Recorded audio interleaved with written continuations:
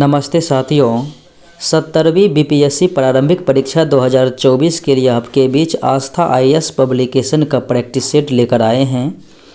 और ये practice set 70वीं BPSC के साथ साथ बीपीएससी टीचर एग्ज़ाम 2.0 के लिए भी बहुत ही मददगार होने वाले हैं। तो इसीलिए 70वीं बीपीएससी और टीचर एग्ज़ाम्स देने वाले अभ्यर्थी के लिए बहुत ही हेल्पफुल है। देखते हैं आज के विभिन्न प्रश्नों को। पहला प्रश्न इस प्रकार से है, निम्नलिखित में से कौन सा एक युग्म समुचित रूप से सुमेलित नहीं है? कौन सा सुमेलित नहीं है? मेगास्थनीज इंडिका पुस्तक सत्य है और बुद्ध चरित्र के लेखक अश्वघोष हैं। पाणिनि के द्वारा जो लिखा गया था अष्टाध्यायी पुस्तक था, अष्टाध्यायी पुस्तक पाणिनि के द्वारा लिखा गया। और मुद्रा राक्षस विशाख दत्त के द्वारा लिखा गया और महाभास पतंजलि के द्वारा लिखा गया था। बौद्ध संगीतियों के 4 आयोजकों का सही क्रम। पहला तो जानते हैं वैशाली में, पहला हुआ था राजगिरी में, दूसरा वैशाली में, तीसरा पाटलिपुत्र में और चौथा कुंडलवन कश्मीर में हुआ था। और बात करें तो पहले अजातशत्रु के समय में, फिर दूसरा कालाशोक, तीसरा अशोक और चौथा कनिष्क के शासनकाल में हुआ था। अगले प्रश्नों को देखें। जैन धर्म श्वेतांबर एवं दिगंबर संप्रदायों में विभाजित हो गया था चंद्रगुप्त मौर्य के समय में। 300 ईस्वी पूर्व में मगध में जो है भीषण अकाल पड़ गया था, जिसमें जो है साधुओं जो है अर्थात भद्रबाहु अपने शिष्यों को लेकर जो है कर्नाटक चले गए थे, दक्षिण भारत। तो श्वेतांबर और दिगंबर संप्रदाय में बट गए थे। तो भद्रबाहु के शिष्य जो है दिगंबर कहलाए और स्थूलभद्र मगध में ही रह गया, जो कि उनके शिष्य श्वेतांबर कहलाए, श्वेत वस्त्र धारण करने वाले। अगले प्रश्नों को देखें। निम्नलिखित में किस दार्शनिक ग्रंथ का शाब्दिक अर्थ पास आना और बैठना? उपनिषद। उपनिषद का अर्थ होता है शाब्दिक अर्थ पास आना और बैठना। कलिंग नरेश खारवेल से संबंधित जानकारी हाथी गुफा अभिलेख से प्राप्त होती है। प्रयाग प्रशस्ति से समुद्रगुप्त के बारे में और जूनागढ़ अभिलेख किसके बारे में? तो रुद्रदमन प्रथम के बारे में। चोलों की निम्नलिखित प्रशासनिक इकाइयों का आरोही क्रम।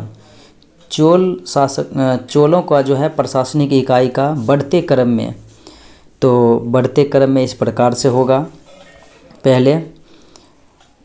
पहले जो है मंडलम हो जाएगा, मंडलम, फिर नाडु, बालानाडु, फिर उसके बाद कुर्रम हो जाएगा। अगले प्रश्नों को देखें। निम्नलिखित में महाजनपदों की राजधानियां के बारे में कौन सत्य हैं? अंग की राजधानी चंपा, वत्स, कौशाम्बी, अस्मक, पोटलिपुत्र। तो ये सभी कथन बिल्कुलतः सत्य हैं। और जैन धर्म ये जो हैं 16 महाजनपद 6ठी शताब्दी ईस्वी पूर्व में थे, जिसमें इनकी जानकारी जो है बौद्ध धर्म के अंगोत्तर निकाय से प्राप्त होती है। अगले प्रश्नों को देखें। निम्न में कौन सा एक युग्म सही सुमेलित नहीं है? कौन सा युग्म सही सुमेलित नहीं है देखें तो रानी लघु शिलालेख कौशाम्बी, अशोक की पत्नी कारोवाकी एवं पुत्र तीवर का उल्लेख बिल्कुल सत्य है। धौली शिलालेख सारी प्रजा मेरी संतान है, ये भी सत्य है। कंधार द्विभाषी शिलालेख, कंधार द्विभाषी शिलालेख मछुआरे और आखेटक का उल्लेख सत्य है। भाभरू शिलालेख अशोक का नाम अशोक, अशोक का नाम अशोक जो है मास्की एवं गुर्जरा अभिलेख से प्राप्त होता है। मास्की और गुर्जरा। भाभरू से मगध जो है, यह भाभरू शिलालेख से मगध स्वयं का जो है मगध का सम्राट घोषित करता है, ये जानकारी मिलती है। विकल्प डी जो है असत्य है, यानी कि गलत है। अगले प्रश्नों को देखें। मौर्य काल में स्त्रियों की स्थिति के संबंध में कौन सा कथन असत्य है यानी कि गलत है। स्त्रियों के स्थिति के संबंध में देखें तो महिला अंगरक्षिकाओं का प्रचलन बिल्कुल सत्य है। स्त्रियों को पुनर्विवाह की अनुमति थी तथा नियोग प्रथा भी प्रचलित थी, बिल्कुल सत्य। वेश्यावृत्ति का प्रचलन नहीं था, तो मौर्य काल में वेश्यावृत्ति का भी प्रचलन था, इसलिए नहीं लगा के गलत कर दिया। स्त्रियों को संपत्ति का अधिकार प्राप्त था, बिल्कुल ही। अशोक के शिलालेखों की तुलना में स्तंभ लेखों के संदेश में सर्वाधिक महत्वपूर्ण अंतर क्या है। सर्वाधिक महत्वपूर्ण अंतर देखेंगे तो स्तंभ लेख मुख्यतः धम्म के नैतिक पक्षों और बौद्ध धर्म के प्रति अशोक के लगाव के प्रति समर्पित हैं। अगले प्रश्नों को देखें। मौर्य काल की सूचना का स्रोत नहीं है। मौर्य काल में जो है बौद्ध साहित्य, मौर्य काल की सूचना बौद्ध साहित्य, मेगास्थनीज की इंडिका और विभिन्न अभिलेख से मिलती है, अशोक की जीवनी से नहीं मिलती है। औदंतपुरी शिक्षा केंद्र किस स्थान पर है, तो ये भारत के बिहार में है। और संस्थापकों की बात करेंगे तो गोपाल ने जो है स्थापना किया था। और बात करेंगे नालंदा विश्वविद्यालय कुमारगुप्त प्रथम और धर्मपाल के द्वारा विक्रमशिला विश्वविद्यालय की स्थापना की गई थी। राजधानियों के बारे में असत्य। सातवाहन प्रतिष्ठान सत्य है। कुषाण मथुरा, शक आगरा बिल्कुल गलत है। और मौर्य साम्राज्य पाटलिपुत्र सत्य है। शक पेशावर क्षेत्र में जो है राजधानी बनाए थे।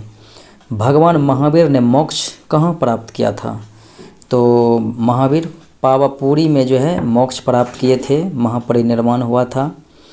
विभिन्न प्रकार की मूर्ति कला में प्रयुक्त पत्थर नहीं था।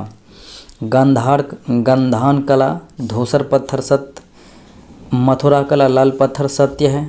अमरावती कला श्वेत पत्थर सत्य है। पाल कला में जो है विभिन्न रंगों का मिश्रण है, काला केवल जो देकर गलत कर दिया गया है। अगले प्रश्नों को देखें। हड़प्पा की मोहरों पर सबसे अधिक किसका अंकन है, तो सबसे अधिक अंकन जो है हड़प्पा की मोहरों पर देखा जाए तो हो जाएगा क्या, एक सिंह, ये जो है पशुपति का अंकन है। हड़प्पा के मोहरों पर पशुपति का अंकन है। अगले प्रश्नों को देखें। निम्नलिखित में कौन सुमेलित नहीं है। प्रमुख स्थल है और नदी है। हड़प्पा रावी नदी, मोहनजोदड़ो सिंधु नदी, लोथल भोगवा नदी और धोलावीरा हिंडन गलत है। तो धोलावीरा ये जो है हिंडन नदी, आलमगीरपुर जो है हिंडन नदी के किनारे है, आलमगीरपुर। अगले प्रश्नों को देखें। मेसोपोटामिया के अभिलेखों में वर्णित मेलुहा शब्द का अभिप्राय किससे है। मेलुहा शब्द का अभिप्राय सिंधु घाटी सभ्यता से ही है। निम्न में से सही मेल कौन सा है। खारवेल हाथी गुफा अभिलेख बिल्कुल सत्य है। एहोल हो जाएगा पुलकेशिन द्वितीय। समुद्रगुप्त का हो जाएगा प्रयाग प्रशस्ति। और बात करेंगे विजय सेन का देवपारा अभिलेख हो जाएगा, इसलिए ये भी गलत है। और राजा भोज का जो दिया गया है अयोध्या, तो वो भी गलत है।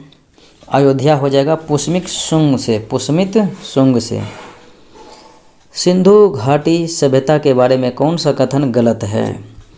नगरों एवं नालियों की सुदृढ़ व्यवस्था तो था ही।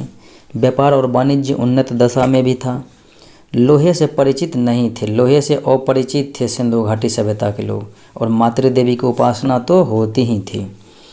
दशराज युद्ध, दशराज का युद्ध जो है दशजन और सुदास के बीच हुआ था। ऋग्वेद के 7वें मंडल में इनकी जानकारियाँ मिलती है। 9वें मंडल देवता सोम का उल्लेख है। 8वें मंडल के हस्तलिखित लिखित ऋचाओं को खिल कहा जाता है। और ऋग्वेद में जो है मंडलों की संख्या 10 है। अगले प्रश्नों को देखें। निम्नलिखित में से कौन सुमेलित करना है। एक तरफ संगम है, एक तरफ अध्यक्ष। प्रथम अगस्त ऋषि के समय में, द्वितीय तुल्कापियर सत्य है और तृतीय नक्कीरर ये भी सत्य है। तो बिल्कुल आमने सामने सत्य हैं। अगले प्रश्नों को देखें। कश्मीर के निम्नलिखित शासकों को कालक्रम अनुसार व्यवस्थित करना है। अवंती वर्मन है, दिद्दा है, हर्ष है और जयसिंह है। क्रम में तो अवंती वर्मन, दिद्दा, हर्ष, जयसिंह, ये विकल्प ए हो जाएगा, बिल्कुल सत्य। अगले प्रश्नों को देखें।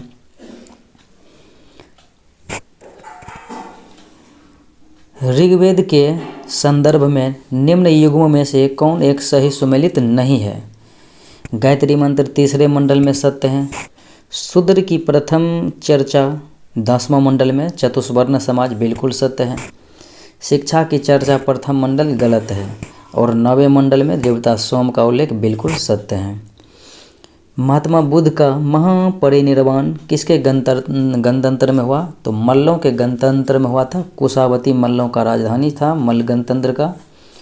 और बात करेंगे तो कुशीनगर में जो है महात्मा बुद्ध की मृत्यु हुई थी। अगले प्रश्नों को देखें। वैदिक कालीन प्रशासन में भागुदह कौन अधिकारी था?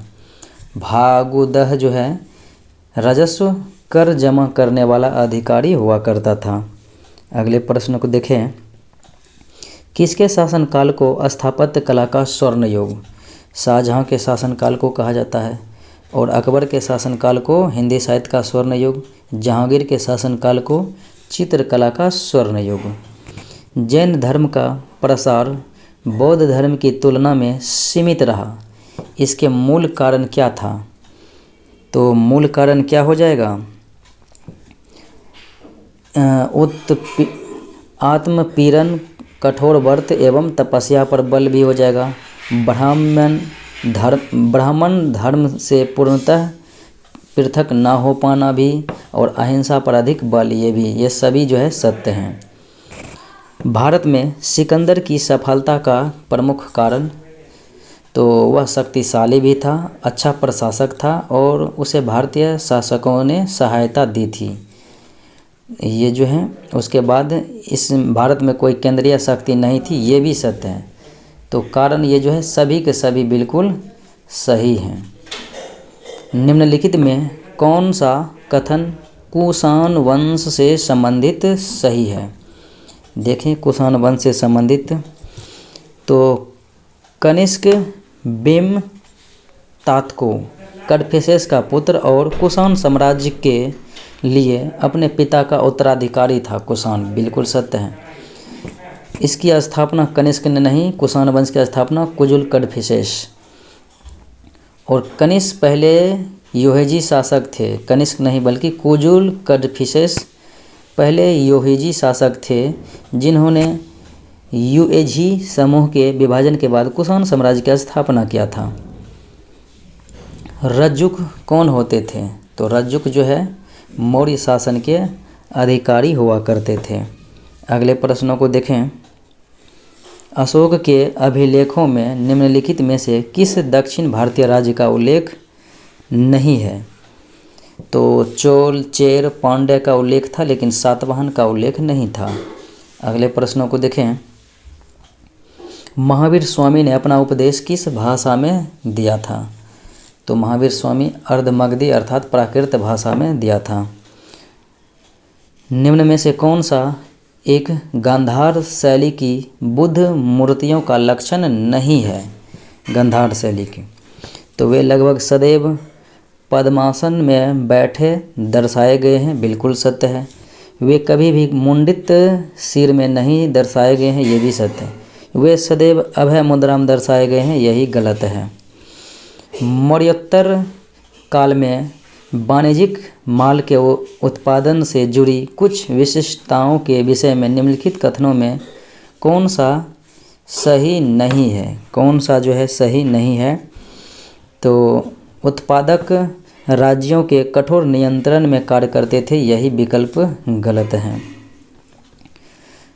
पेरिप्लस ऑफ द इरिथ्रियन सी पुस्तक के लेखक विलियम एच शॉफ हो जाएगा।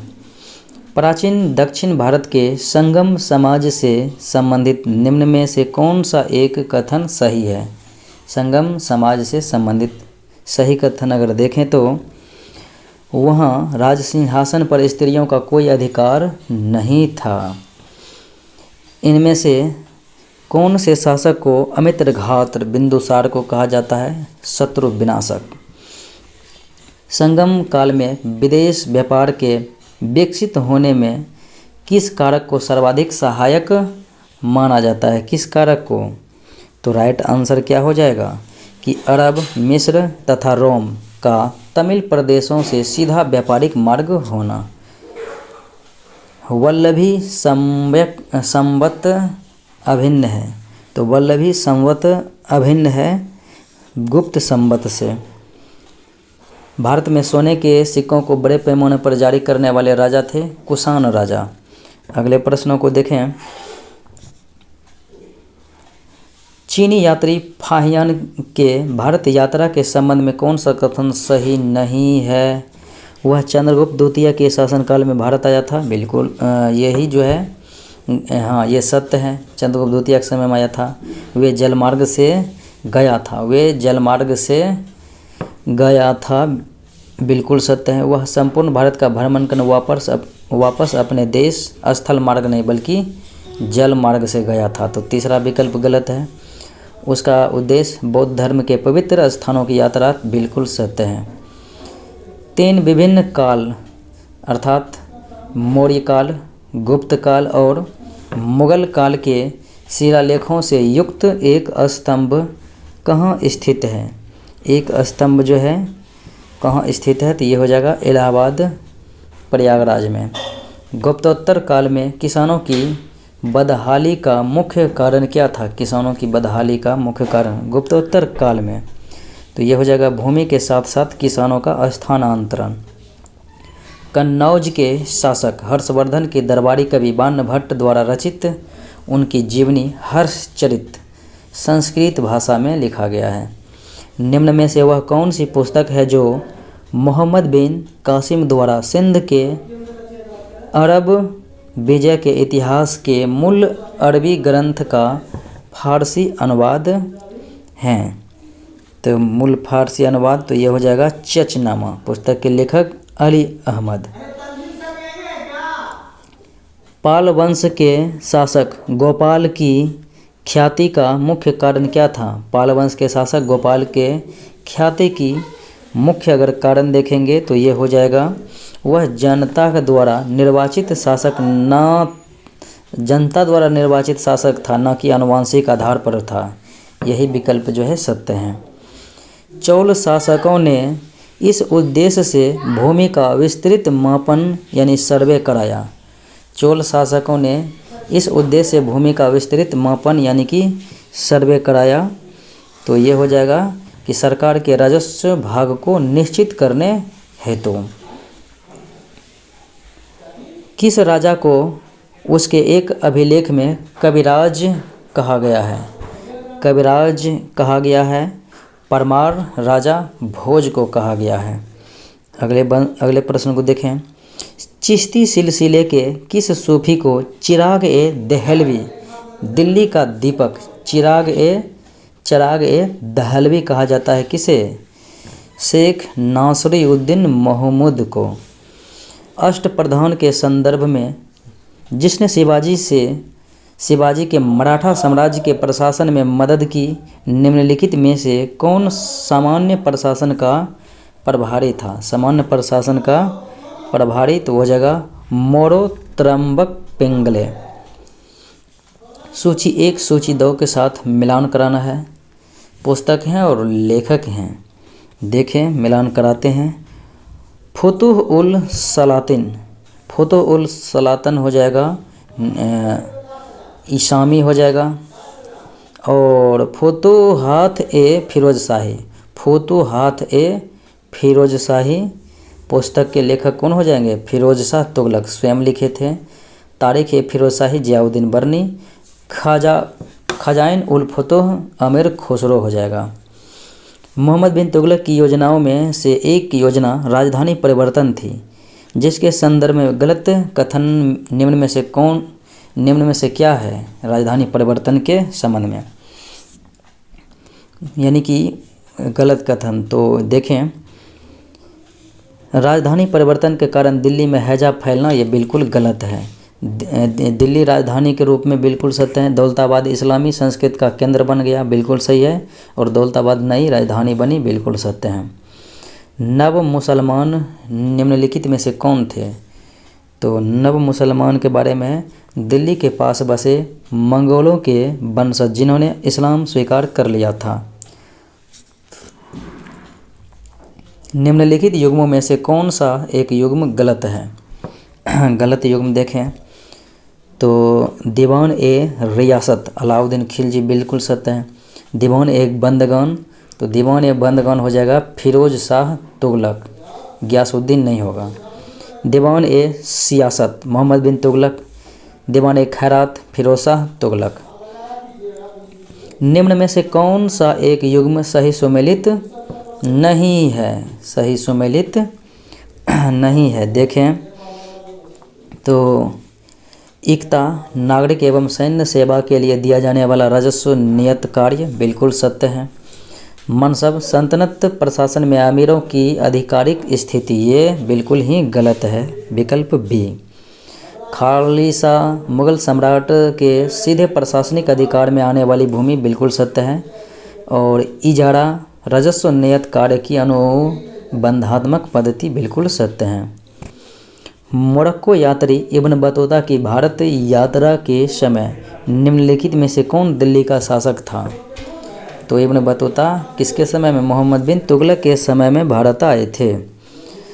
रजिया में राजा के सभी गुण थे परंतु वह सही लिंग की नहीं थी। इन पंक्तियों के लेखक कौन थे? तो मिन्हास उस सिराज हो जाएगा इन पंक्तियों के लेखक। अगले प्रश्न को देखें। निम्नलिखित युग्मों में कौन सुमेलित हैं? अलबरूनी, तो अलबरूनी ने पुस्तक लिखा तारीख़ हिंद। और हसन निजामी, तो हसन निजामी जो है पुस्तक लिखा गया था इनके द्वारा, कौन सा? ताजुल मासिर, ताजुल मासिर। और बात करेंगे तुगलकनामा के लेखक अमीर खुसरो हैं। और बरनी तबकात ए नासिरी मिन्हास उस सिराज हो जाएगा। तारीख़ फिरोज शाही के लेखक बरनी थे, तो विकल्प सी बिल्कुल सही है। विजयनगर एवं बहमनी राज्यों के बीच झगड़े का एक कारण रायचूर दोआब था, तो जो कृष्णा एवं तुंगभद्रा नदी के मध्य क्षेत्र हुआ करता था रायचूर दोआब। कृष्णदेव राय के शासनकाल में अष्ट दिग्गज किसे कहा जाता था?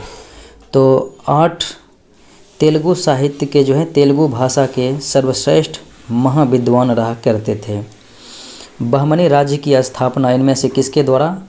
अलाउद्दीन बहमन शाह के द्वारा किया गया था 1347 में। किसके समय में? तो मोहम्मद बिन तुगलक के ही शासनकाल में हुआ था।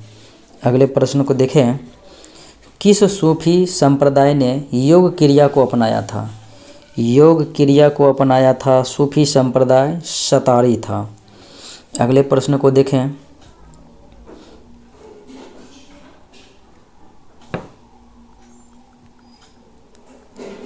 वह सूफी संत कौन था जिसे अपने युग का श्रेष्ठतम संगीतज्ञ माना जाता था और जिसने अपने आप को अनहल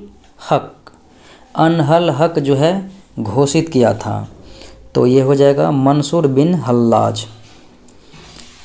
चिश्तिया मत के संदर्भ में कौन गलत है? चिश्तिया मत के संदर्भ में गलत देखें तो इनमें से कोई भी गलत नहीं हुआ, क्योंकि चिश्तिया सूफी मत की स्थापना ख्वाजा अबू अब्दाल चिश्ती ने किया था। भारत में सर्वप्रथम इसका प्रचार ख्वाजा मोइनुद्दीन चिश्ती द्वारा किया गया। कुतुबुद्दीन बख्तियार काकी मोइनुद्दीन चिश्ती के शिष्य थे। अगले प्रश्न को देखें। किस ग्रंथ में पटना को पॉलीब्रोथा कहा गया है? इंडिका, मेगास्थनीज के इंडिका में। सल्तनत काल के दौरान धार्मिक विभाग का अध्यक्ष कौन होता था? सदा उस शूद्र जो है शूद्र धार्मिक विभाग के अध्यक्ष हुआ करते थे। किसने कहा मैं ना तो काबा में हूँ और ना ही कैलाश में और ईश्वर सभी की सांस है? कबीर के द्वारा प्रसिद्ध कथन कहा गया। निम्नलिखित में अकबरनामा के अनुसार सूबेदार का कार्यभार था। अकबरनामा के अनुसार सूबेदार का कार्यभार हो जाएगा राजनीतिक और सैनिक कार्य। अमीर खुसरो किसके दरबार में एक प्रसिद्ध कवि थे? तो अलाउद्दीन खिलजी के दरबार में जो है एक प्रसिद्ध कवि रहा करते थे। 18वीं शताब्दी के राजपूत शासकों में कौन महान विधिवेता, खगोल शास्त्री, नगर नियोजक, नगर संस्थापक एवं वैज्ञानिक था? तो हो जाएगा सवाई राजा जय सिंह। मराठों के अधीन सरंजाम क्या था? मराठों के अधीन जो है सरंजाम, तो ये हो जाएगा जमीन की इकाई, वह जमीन की इकाई जिसका राजस्व सैनिक अधिकारियों को उनके वेतन के बदले में दिया जाता था, सरंजाम व्यवस्था। अगले प्रश्न को देखें। अहमद शाह अब्दाली के भारत पर आक्रमण और पानीपत की तीसरी लड़ाई का तत्कालिक कारण क्या था? तत्कालिक कारण पानीपत की तीसरी लड़ाई, वह मराठों द्वारा लाहौर से अपने वायसराय तैमूर शाह के निष्कासन का बदला लेना चाहते थे। मोडी लिपि का प्रयोग किसके अभिलेखों में किया जाता था? मोडी लिपि मराठों के अभिलेख में। भारत में ईस्ट इंडिया कंपनी की सफलता का राज क्या था? सफलता का राज अगर देखेंगे तो भारत में राष्ट्रीय भावना की कमी थी। कंपनी की सेना को पश्चिमी प्रशिक्षण मिला था, बिल्कुल सही। और भारतीय सैनिकों में राष्ट्रीय भावना का अभाव था, जिसके फलस्वरूप कोई जो उन्हें अच्छा वेतन दे अपनी सेवा में लगा सकता था। ये सभी कथन था। दिल्ली सल्तनत के किस वंश ने सबसे कम समय तक शासन किया था?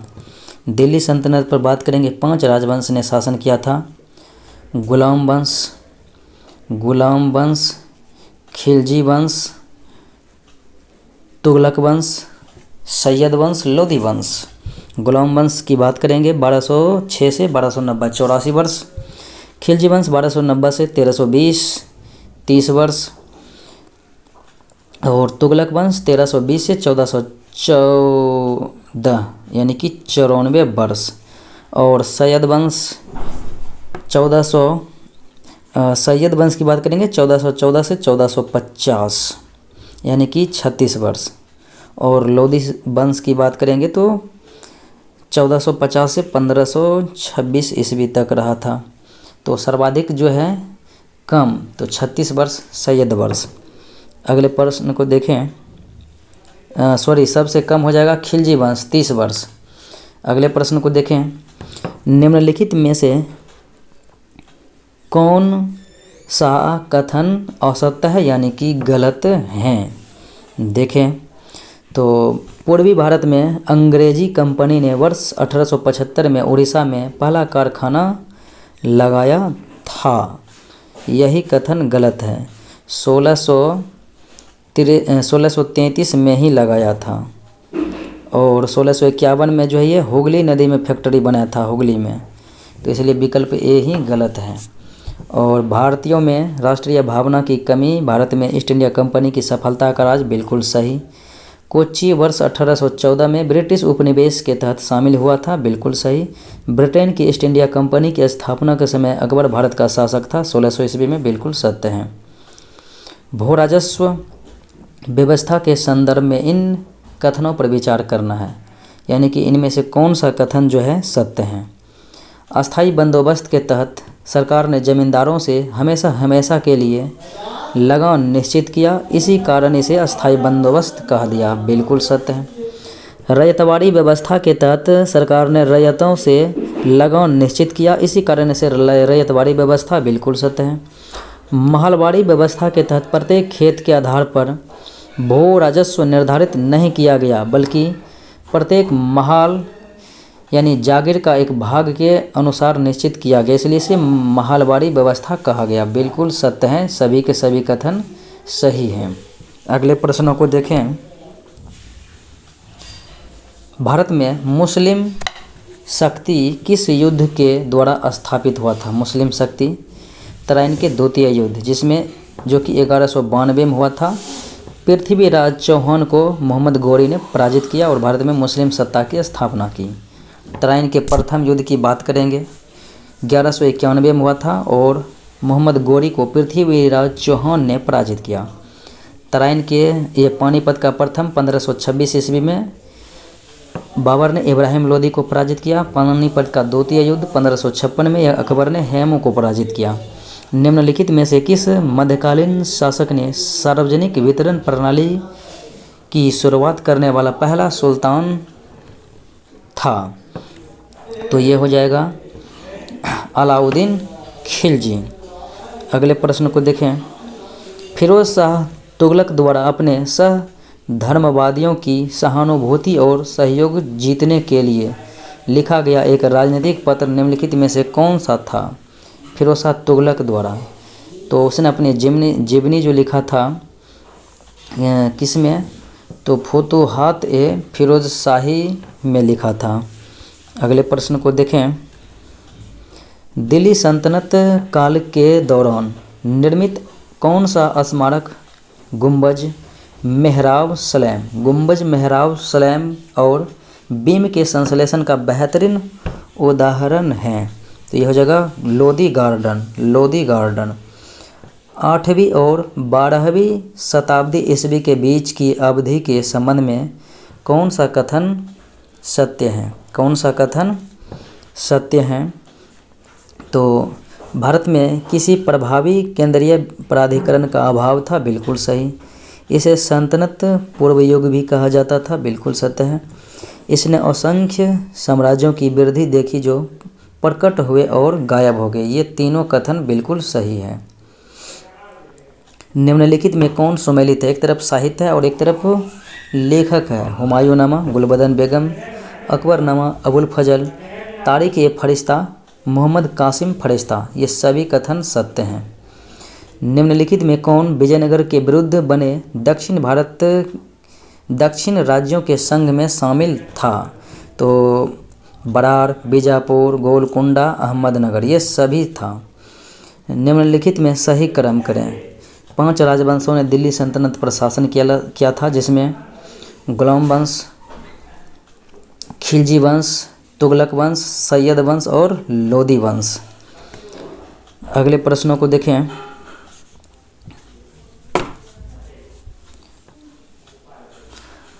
अब्दुल कादिर बदायूनी, नकीब खां और थानेश्वर किसके दरबार में थे? अब्दुल कादिर बदायूनी, नकीब खां और थानेश्वर, तो ये किनके दरबार में रहा करते थे? मुगल साम्राज्य में अकबर के दरबार में। निम्नलिखित में कौन व्यक्ति पत्रकारिता के लिए ब्रिटिश सरकार द्वारा सजा पाने वाले पहले भारतीय थे? बाल गंगाधर तिलक। दिल्ली में मुगल सम्राट की पत्नी ने अंग्रेज़ों को सूचना देकर विद्रोहियों की योजना असफल कर दी और इनका नाम था जिन्नत महल। अवध में विद्रोह फूटा इसलिए नहीं कि उस प्रदेश का विलय किया गया, अपितु इसलिए कि तालुकदारों के साथ बहुत कठोर व्यवहार किया गया था। और यह प्रसिद्ध कथन किनके द्वारा कहा गया था? टी.आर. होम्स के द्वारा। जब मोहम्मद गोरी ने सोमनाथ मंदिर पर आक्रमण किया तब गुजरात का शासक भीमदेव थे। भारत में थियोसॉफिकल सोसाइटी की सफलता मुख्यतः किनके कारण से हुई थी? तो एनी बेसेंट के कारण से हुई थी और ये अमेरिकी संस्था थी जिनकी स्थापना 1875 में कर्नल ओलकॉट और जो है ब्लासबाटकी के द्वारा किया गया था और भारत में सफलता का श्रेय एनी बेसेंट को दिया जाता है। सिलहट बांग्लादेश में असिस्टेंट मजिस्ट्रेट के पद पर किस प्रथम भारतीय व्यक्ति की नियुक्ति हुई थी? मजिस्ट्रेट के पद पर जो है सुरेंद्रनाथ बनर्जी। गांधी ने किस घटना के समय कहा था कि मैंने रोटी मांगी थी, बदले में मुझे पत्थर मिला? इंतज़ार की घड़ी अब समाप्त हुई और ये सविनय अवज्ञा आंदोलन नमक सत्याग्रह के दौरान कहे थे। अगले प्रश्नों को देखें। निम्नलिखित में से किसे भारतीय क्रांति की मां भिखाजी रुस्तम कामा को कांग्रेस के किस अधिवेशन में गांधी जी को काला झंडा दिखाया गया तथा गांधी वापस जाओ का नारा लगाया गया? कराची अधिवेशन 1931, अध्यक्षता वल्लभ भाई पटेल ने किया था। जालियांवाला बाग हत्याकांड के विरोध में किसने वायसराय की कार्यकारिणी परिषद के सदस्य से इस्तीफा दे दिया था? शंकरन नायर ने। रविन्द्रनाथ टैगोर को किस ब्रिटिश सम्राट ने नाइटहुड से सम्मानित किया था? तो जॉर्ज पंचम के द्वारा जो है सम्मानित किया गया था 1915 में। अगले प्रश्नों को देखें। सुमेलित करना है सूची 1 सूची 2। प्रार्थना समाज तो M.G. रनाडे, आत्माराम पांडुरंग। ब्रह्म समाज राजा राम मोहन राय। आर्य समाज तो ये हो जाएगा दयानंद सरस्वती। रामकृष्ण मिशन स्वामी विवेकानंद। अगले प्रश्न को देखें। निम्न में से कौन सा सुमेलित नहीं है? प्रार्थना समाज आत्माराम पांडुरंग सत्य है। दयानंद आर्य समाज सत्य है। राजा राम मोहन राय आदि ब्रह्म हो जाएगा देवेंद्रनाथ टैगोर। तो ये देवेंद्रनाथ हो जाएगा टैगोर। ब्रह्म समाज हो जाएगा केवल राजा राम। और स्वामी विवेकानंद रामकृष्ण मिशन बिल्कुल सत्य हैं। वह बंगाली नेता कौन था जिसने सामाजिक धार्मिक सुधारों का विरोध किया और रूढ़िवादिता का समर्थन किया? तो यह प्रसिद्ध नेता कौन थे? राधाकांत देव थे। निम्नलिखित में से कौन सी एक प्रार्थना समाज की मांग नहीं थी? विधवा पुनर्विवाह, लड़कों एवं लड़कियों की विवाह की आयु में वृद्धि था, राजनीतिक सुधार नहीं था, स्त्री शिक्षा था ही। किस आंदोलन ने भारत भारतीयों के लिए हैं का नारा दिया था? तो ये आर्य समाज के द्वारा दयानंद सरस्वती के द्वारा दिया गया था। अगले प्रश्नों को देखें। एनी बेसेंट से संबंधित कौन से कथन सही हैं? दिए गए विकल्प में देखें कौन से सत्य हैं। उन्होंने बनारस में सेंट्रल हिंदू कॉलेज की स्थापना की, बिल्कुल सही। उन्होंने होमरू लीग को संगठित किया, बिल्कुल सही। उन्होंने भारत में थियोसॉफिकल आंदोलन को प्रारंभ किया, ये भी सत्य हैं तीनों का तीनों कथन। स्वतंत्रता पूर्व अवधि में ब्रिटिश सरकार द्वारा भारत में आधुनिक शिक्षा के प्रसार का मुख्य उद्देश्य क्या था? तो ब्रिटिश सरकार द्वारा भारत में आधुनिक शिक्षा के प्रसार का मुख्य उद्देश्य हो जाएगा कि छोटे प्रशासनिक पदों पर नियुक्ति हेतु शिक्षित भारतीयों की आवश्यकता। महात्मा गांधी ने अपनी निम्न पुस्तकों में से किस में ब्रिटिश पार्लियामेंट को बांझ और बेस्या कहा था? हिंद स्वराज में 1908 में जो है लिखा गया था गांधी जी के द्वारा। शिक्षा पर मैकाले के विवरण के अतिरिक्त एक अन्य महत्वपूर्ण मसौदे का श्रेय भी उनको दिया गया है। निम्न में से उस मसौदे को पहचानिए जो कि शिक्षा के अतिरिक्त दिया गया था। तो भारतीय दंड संहिता का मसौदा था। निम्नलिखित में से कौन से कथन सही नहीं हैं? देखिए कौन सत्य नहीं है। तो लॉर्ड कर्जन ने सर कॉलिन स्कॉट मॉनक्रिक की अध्यक्षता में एक सिंचाई आयोग की स्थापना की थी, बिल्कुल सही है। लॉर्ड रिपन के कार्यकाल में कांग्रेस का स्थापना नहीं बल्कि डफरिन के कार्यकाल में हुआ था 28 दिसंबर 1885 को। और लॉर्ड लॉरेंस के द्वारा 1865 ईस्वी में भारत एवं यूरोप के मध्य समुद्री टेलीग्राफ सेवा शुरू हुई थी, बिल्कुल सही है। फ्लोरेंस नाइटिंगेल ने लॉर्ड रिपन को भारत के उद्धारक की संज्ञा दी थी, बिल्कुल सही। निम्न में से किसका सुमेल नहीं है? कॉर्नवालिस अस्थायी बंदोबस्त, बेलेजली सहायक संधि, कैनिंग स्थानीय स्वशासन नहीं बल्कि रिपन हो जाएगा स्थानीय स्वशासन। कैनिंग के समय में विधवा पुनर्विवाह और 1857 की क्रांति। डलहौजी राजहरप नीति बिल्कुल सत्य हैं। अगले प्रश्न को देखें।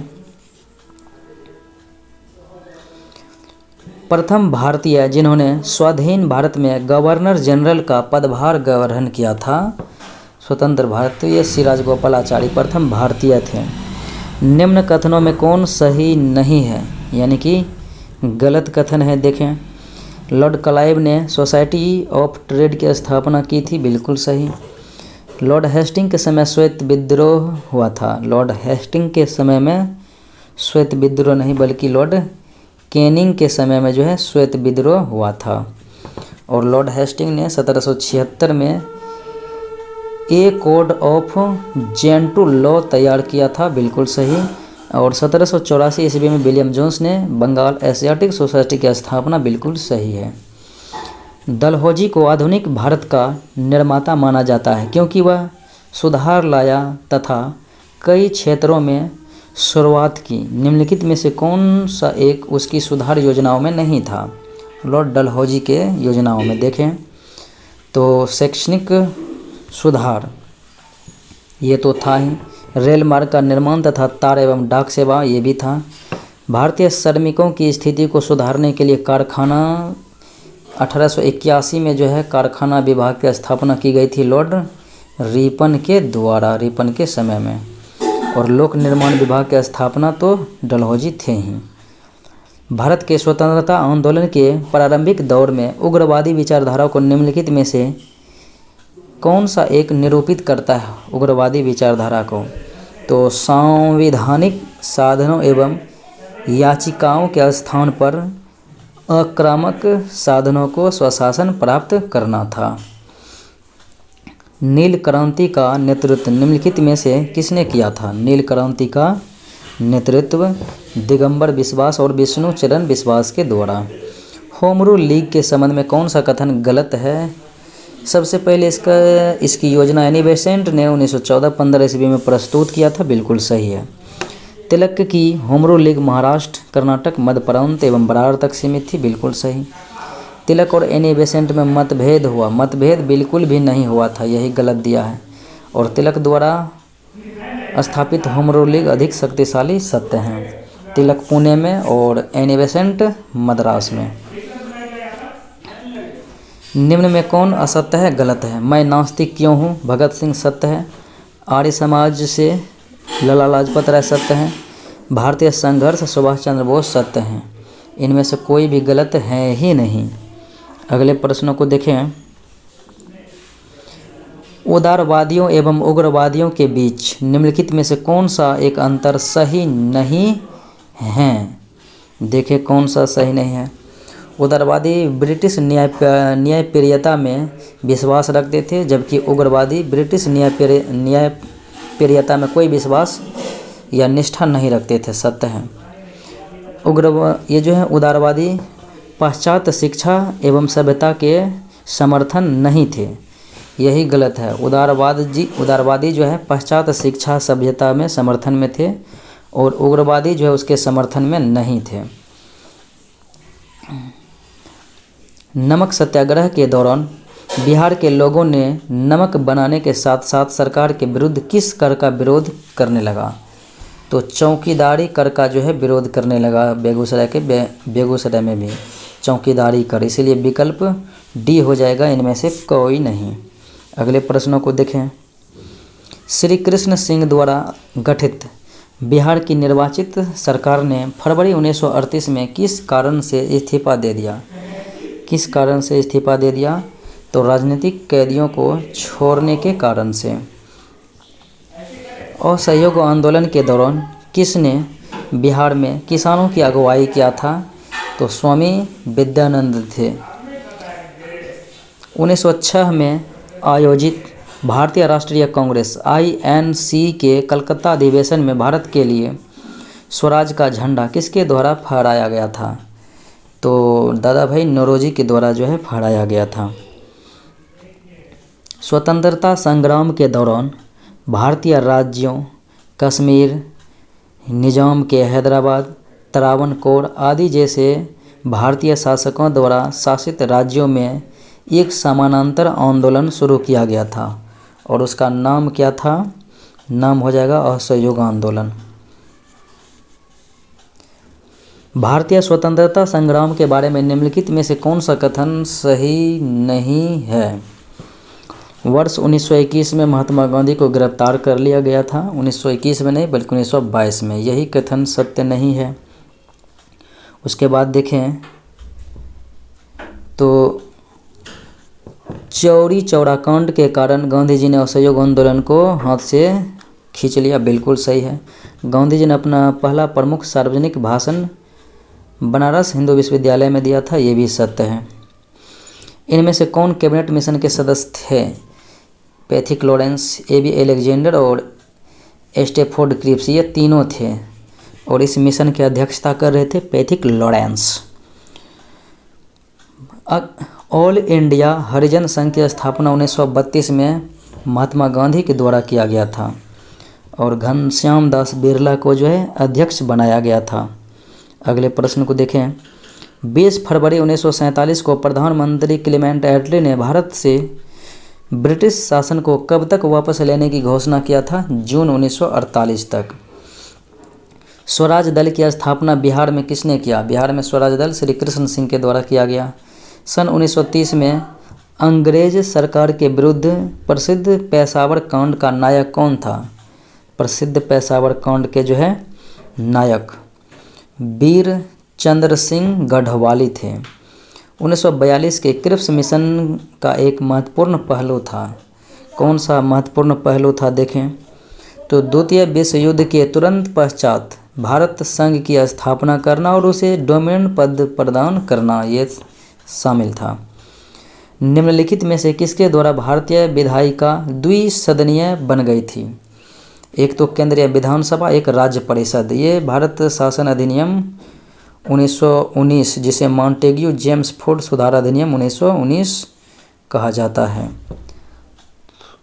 अगले प्रश्नों को देखें। भारत छोड़ो आंदोलन किसकी प्रतिक्रिया में शुरू किया गया?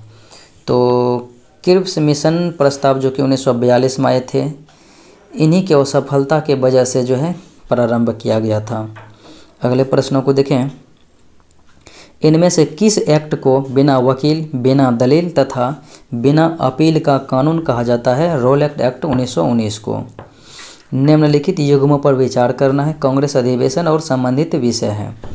लाहौर अधिवेशन पूर्ण स्वराज सत्य है और मद्रास 1927 पूर्ण स्वाधीनता की मांग। फैजपुर 1937, ये फैजपुर 36 में नहीं बल्कि फैजपुर 37 जो कि गांव में आयोजित किया गया था। और कराची अधिवेशन 1931 जिसमें मौलिक अधिकार की मांग की गई थी, वल्लभ भाई पटेल अध्यक्ष थे। 1, 2 और 4 सत्य हैं, तीसरा तो गलत है। यहाँ पर होगा 1937 में फैजपुर। घनश्याम दास बिरला, अम्बाला साराभाई तथा बालचंद हीराचंद, कौन सी बात जो है तीनों में समान थी? तीनों ये भारतीय उद्योगपति थे, बिल्कुल सही है। भारत सरकार अधिनियम 1919 ने निम्नलिखित में से किसको स्पष्ट रूप से परिभाषित किया था? स्पष्ट रूप से किसको परिभाषित किया था? तो हो जाएगा केंद्रीय एवं प्रांतीय सरकारों की अधिकारिता, क्योंकि 1919 के माध्यम से प्रांत में द्वैत शासन और 1935 में प्रांत को हटाकर केंद्र में लगा दिया गया था। सूची 1 सूची 2 के साथ मिलान करना है। डलहौजी, तो डलहौजी रेलवे की शुरुआत, भारत में पहली रेलवे। और लॉर्ड मेयो के समय में नियमित नहीं बल्कि प्रथम जनगणना हुआ था 1872 में, नियमित हुआ था 1881 में रिपन के समय में। उसके बाद लॉर्ड लिटन के समय में दिल्ली दरबार हुआ था और लॉर्ड कर्जन के समय में बंगाल विभाजन हुआ था घोषणा। अगले प्रश्नों को देखें। 1793 ईस्वी के चिरस्थायी बंदोबस्त के निम्न लक्षणों में से कौन से सही हैं? देखें इनमें से कौन जो है सही है। नीचे कूट दिया गया है और उनके प्रयोग से जो है बनाना है। तो 2 और 3 सत्य हैं, यानी चिरस्थायी बंदोबस्त ने भू स्वामित्व अधिकार जमींदारों में निहित किया और जमींदारों को एक विशिष्ट तिथि तक लगान की एक निश्चित निर्धारित रकम जमा करनी होती थी। 2 और 3 जो है सत्य हैं। 1793 के अस्थायी बंदोबस्त। अगले प्रश्नों को देखें। 1927 में कांग्रेस ने साइमन कमीशन के बायकॉट को लेकर किसके सभापतित्व के अंतर्गत निर्णय लिया था? तो M.A. अंसारी के जो है सभापतित्व के अंतर्गत निर्णय लिया गया था। अगले प्रश्न को देखें। किस गवर्नर जनरल के समय भारतीय भाषा प्रसार अधिनियम समाप्त किया गया? भारतीय भाषा प्रसार अधिनियम समाप्त किया गया लॉर्ड रिपन के समय में। निम्नलिखित में से किसने भारतीय राष्ट्रीय कांग्रेस 1931 के कराची अधिवेशन को महात्मा गांधी की लोकप्रियता और प्रतिष्ठा का शिखर माना था? वल्लभ भाई पटेल ने माना था। वर्ष 1907 में सूरत में आयोजित कांग्रेस के वार्षिक अधिवेशन में कांग्रेस के विभाजन की तात्कालिक वजह क्या थी? कांग्रेस के विभाजन की 1907 में सूरत विभाजन, तो उदारवादियों और उग्रवादियों में अध्यक्ष पद को लेकर जो है विवाद हो गया था। भारत के स्वतंत्रता आंदोलन का निम्नलिखित में कौन सा घटना जो है कालक्रम में सजाया गया है? तो असहयोग आंदोलन 1920, सविनय अवज्ञा आंदोलन 1930, भारत छोड़ो आंदोलन 1942 में हुआ था। विकल्प 20 सत्य हैं। भारतीय स्वतंत्रता संघर्ष के दौरान साइमन कमीशन का प्रायोजन क्या था? साइमन कमीशन का, तो इनका प्रायोजन था डोमिनियन स्टेट के ढांचे के अंतर्गत भारत के लिए संविधान ढांचा तैयार करना। गांधी जी ने भारत में अपनी राजनीतिक गतिविधियों का प्रारंभ कहाँ से किया था? तो ये जो है चंपारण सत्याग्रह 1917 से प्रारंभ किया था भारत में सत्याग्रह। और सबसे पहले अगर हो जाएगा तो ये दक्षिण अफ्रीका में, और भारत में सबसे पहले चंपारण 17। निम्न में से किसने गांधी इरविन समझौते में महात्मा गांधी के लाभ को सांत्वना पुरस्कार, महात्मा गांधी के लाभ को सांत्वना पुरस्कार कहने वाले एलन कैंपबेल जॉनसन थे? संविधान सभा जिसने भारतीय संविधान का निर्माण किया, तो इसका गठन किया गया था, संविधान सभा का गठन कैबिनेट मिशन प्लान 1946 के अंतर्गत। काफ़ी संख्या में लोग अमृतसर के जालियांवाला बाग में 13 अप्रैल 1919 को एकत्रित हुए थे। तो ये किसके गिरफ्तारी के विरोध में? तो सैफुद्दीन किचलू और सत्यपाल के जो है गिरफ्तारी के विरोध में सभा आयोजित किया गया था। इंडियन ओपिनियन पत्रिका के प्रथम